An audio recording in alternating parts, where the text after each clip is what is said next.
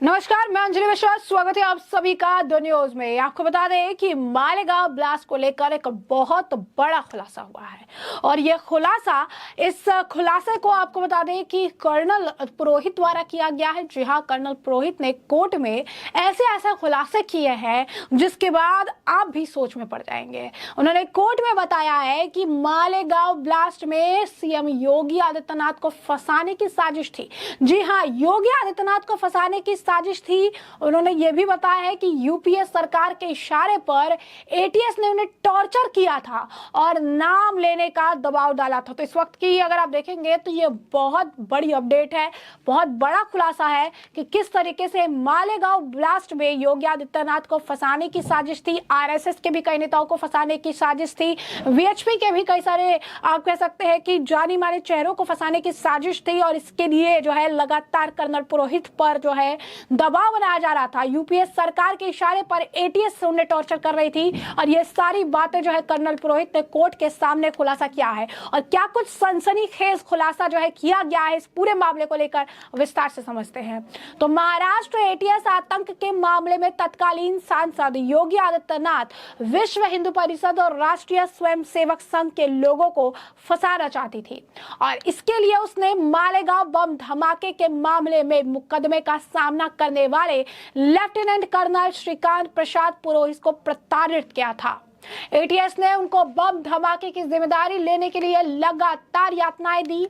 Colonel पुरोहित ने बताया कि महाराष्ट्र एटीएस उनसे उनके खुफिया मिशन के बारे में सारी जानकारी बताने के लिए कह रही थी। कर्नल पुरोहित ने ये सभी खुलासे कोर्ट के सामने किए। कर्नल पुरोहित ने मुंबई के कोर्ट को बताया कि मेरे साथ ऐसा व्यवहार किया गया जो किसी जानवर के साथ भी नहीं किया जाता। मेरे साथ युद्ध बंदी से भी बदतर व्यवहार किया गया। हेमंत करकरे, परमवीर सिंह और कर्नल श्रीवास्तव लगातार इस बात पर जोर देते रहे कि मैं मालेगांव बम धमाके के लिए खुद को जिम्मेदार बता दूं। उन्होंने मुझसे कहा कि मैं आरएसएस, वीएचपी के वरिष्ठ नेता और उत्तर प्रदेश के तत्कालीन सांसद योगी आदित्यनाथ का नाम लूं। उन्होंने मुझे 3 नवंबर 2008 तक यातनाएं दी। कर्नल पुरोहित ने बताया कि यह सब कुछ तत्कालीन यूपीए सरकार और राज्य की कांग्रेस एनसीपी सरकार के लक्ष्यों को पूरा करने के लिए उनकी शय पर किया गया था।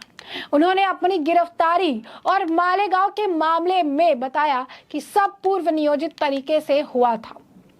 कर्नल पुरोहित ने कोर्ट में कहा कि करकरे और परमवीर सिंह बार बार मुझ पर अपने खुफिया नेटवर्क की जानकारी देने के लिए दबाव डाल रहे थे। ये लोग मुझसे अपने उन मुखबिरों की सूची देने को कह रहे थे जिन्होंने आतंकी संगठन सिमी, आईएसआई और डॉक्टर जाकिर नायक की गतिविधियों का पता लगाने के लिए मेरी सहायता की थी। मैंने अपने नेटवर्क का खुलासा करने से इनकार कर दिया क्योंकि ये मुझे स्वीकार्य नहीं था। उन्होंने तत्कालीन राजनीतिक नेतृत्व पर हिंदू आतंकवाद का नैरेटिव गढ़ने का आरोप लगाया। उन्होंने कहा कि अचानक अगस्त 2008 में एनसीपी के अध्यक्ष शरद पवार ने अलीबाग में पार्टी कार्यकर्ताओं की एक रैली में बयान दिया कि सिर्फ आतंकवादी इस्लामी ही नहीं होते बल्कि हिंदू आतंकवादी भी है। ये पहली बार था जब हिंदू आतंकवाद शब्द सामने आया था और इस बयान के बाद 29 सितंबर 2008 की दुर्भाग्यपूर्ण घटना हुई और उसमें हिंदुओं को आतंकवादी बताया गया। कर्नल पुरोहित ने आरोप लगाया कि एटीएस गवाहों से बंदूक की नोक पर बयान दिलवाती थी, उन्हें प्रताड़ित करती थी। उन्होंने बताया कि उन्हें गिरफ्तार कर लिया गया था लेकिन इसे कागजों में नहीं दिखाया गया। उनसे मारपीट की गई, उनका पैर तक तोड़ दिया गया। कर्नल पुरोहित ने अपने एक सीनियर कर्नल पीके श्रीवास्तव पर भी आरोप लगाए। हिंदू नेताओं को फंसाने की यह बात नई नहीं है। इससे पहले भी मालेगांव मामले में गवाह भी ऐसे ही बात बता चुका है। गवाह ने 2021 में मुंबई की विशेष एनआईए अदालत को बताया था कि एटीएस ने उसे उठाया, 7 दिन तक बंद रखा, इस दौरान उसे प्रताड़ित किया गया, उसके परिवार को भी फंसाने की धमकी दी गई। गवाह ने बताया कि एटीएस ने उसे भाजपा के तत्कालीन सांसद योगी आदित्यनाथ के अलावा आरएसएस के इंद्रेश कुमार, देवघर काकाजी और स्वामी अमितानंद का नाम लेने के लिए मजबूर किया था। गौरतलब है कि सितंबर 2008 में मालेगांव की एक मस्जिद के पास हुए बम धमाके में 6 लोगों की मौत हो गई और 100 से अधिक लोग घायल हुए थे। मस्जिद के पास एक मोटरसाइकिल में बांधे गए विस्फोट से धमाके को अंजाम दिया गया था। एटीएस ने इस मामले में शुरुआती जांच की थी।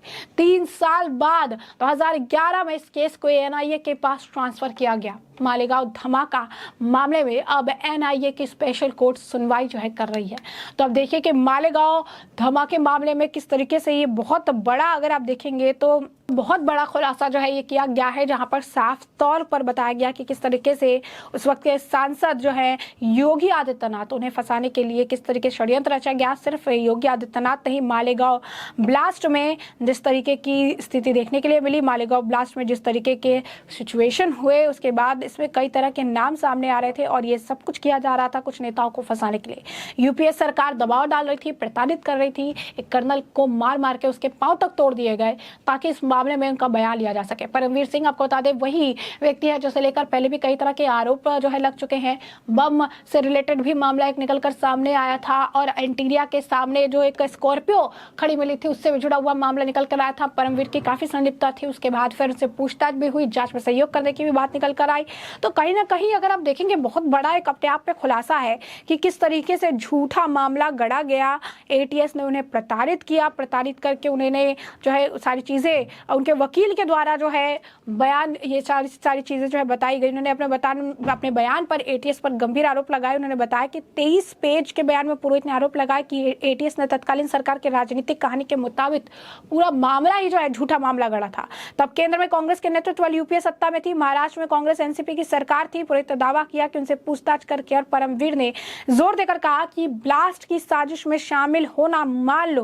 उन्होंने कहा कि शारीरिक यातनाएं भी मुझे अलग हद तक दी गई। उन्होंने कहा कि किस तरीके से जो है सीआरपीसी की धारा 313 के तहत आरोपी को अंतिम बयान दर्ज किए जा रहे थे। पुरोहित ने बयान में वकील के जरिए अदालत में जमा करा और आरोप लगाया कि तत्कालीन सरकार के राजनीतिक विमर्श के अनुकूल एटीएस ने फर्जी मामला बनाया।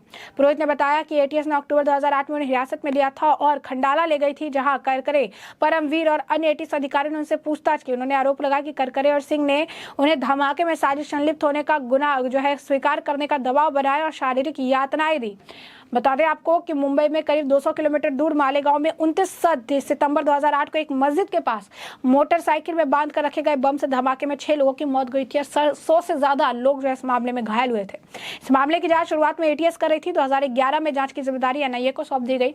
करकरे और जो है उन पुलिस अधिकारियों में शामिल थे जो 26 नवंबर 2008 में मुंबई पर आतंकी हमले में शहीद हो गए थे। पुरोहित और भाजपा सांसद प्रज्ञा ठाकुर सहित 6 अन्य इस मामले में भारतीय दंड संहिता, गैरकानूनी गतिविधि रोकथाम अधिनियम, विस्फोट पदार्थ अधिनियम, भारतीय शस्त्र अधिनियम और महाराष्ट्र संगठित अपराध नियंत्रण अधिनियम की विभिन्न धाराओं के तहत मुकदमे का सामना जो है कर रहे थे। तो ऐसे आप समझ सकते हैं कि किस तरीके से सरकार जो आज ये कहती हैं, जो चीजें कहती हैं, हमारे ऊपर चीजें कही जा रही है, एलिगेशन लगाए जा रहे हैं, लेकिन जब वो सत्ता में थे तो किस तरीके से योगी आदित्यनाथ को फंसाने तक का काम जो है किया जा रहा था, दबाव बनाया जा रहा था। एक कर्नल के पीट कर पांव भी तोड़ दिए गए और दबाव बनाकर उनसे कहा गया कि मालेगांव ब्लास्ट की जो चीजें हैं पहले वो स्वीकार कर ले, और दूसरी बात ये कि इस मामले में योगी आदित्यनाथ समेत जो है कई सारे हिंदू नेताओं का जो है नाम ले ले। तो ऐसे में हमने आपको जो पूरा मामला है ये बड़ा विस्तार से बताया कि पूरा मामला क्या है और इस पूरे मामले पर अब आपकी भी जो राय हो हमें कमेंट सेक्शन में कमेंट करके जरूर से जरूर साझा करिएगा।